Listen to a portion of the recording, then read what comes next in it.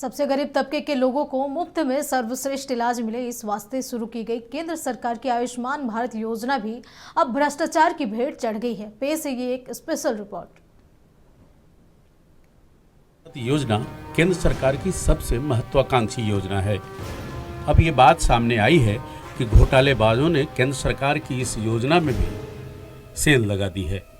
राष्ट्रीय स्वास्थ्य मिशन के अभियान निदेशक अबू इमरान ने नक्षत्र न्यूज को बताया कि झारखंड के 562 में से 213 अस्पतालों में गरीबों को आयुष्मान योजना का लाभ नहीं मिल पाने की रिपोर्ट मिली है।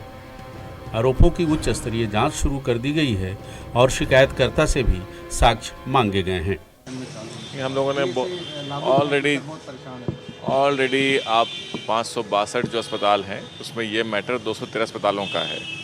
किसी ज़माने में एक केंद्रीय एजेंसी ने मांग किया था तो उनमें इनकी सूची गई है।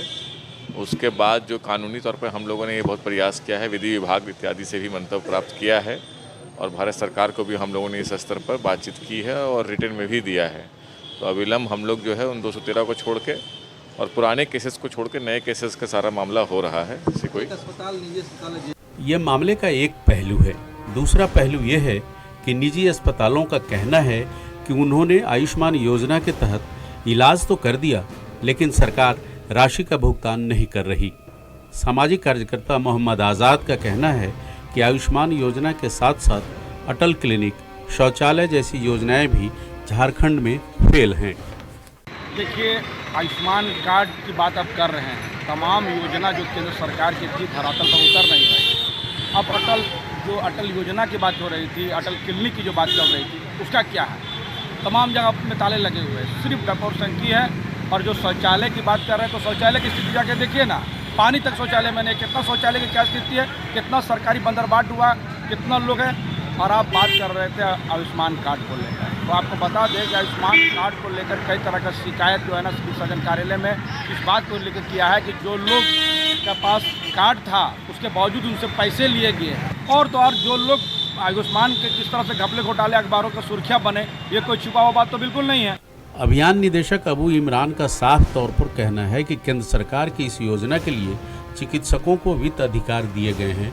जरूरी कामों के लिए राशि खर्च की जा सकती है। क्लिनिकल एस्टैब्लिशमेंट एक्ट के बगैर कोई क्लिनिक चलाना और बिना MBBS और अन्य डिग्रियां जो है सरकार के द्वारा, उसके विरुद्ध कोई भी चिकित्सीय सेवा प्रदान करना अवैध है।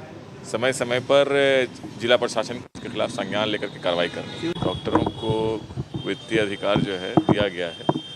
कि आप देखेंगे कि मुख्यमंत्री रख रखाव योजना जो है उसमें सब हेल्थ सेंटर से लेकर के सदर अस्पताल तक और एक मेडिकल कॉलेज को भी वित्तीय अनाबाद निधि से पैसे दिए गए हैं।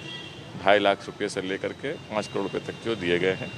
इसका यही है राज्य सरकार का कि आप इसको ऑन द स्पॉट फैसला लेकर के अति आवश्यक चीज़ों का व्यवस्था करें। बताएं तो हम उसकी जाँच करें। संज्ञा आयुष्मान योजना दुनिया की सबसे बड़ी स्वास्थ्य योजना है, जिसका मकसद 10 करोड़ 74 लाख गरीब परिवारों को हर साल 5 लाख का हेल्थ कवर प्रदान करना है।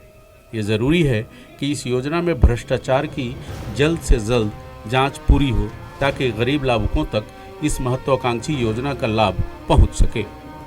धनबाद से दिलीप कुमार की रिपोर्ट।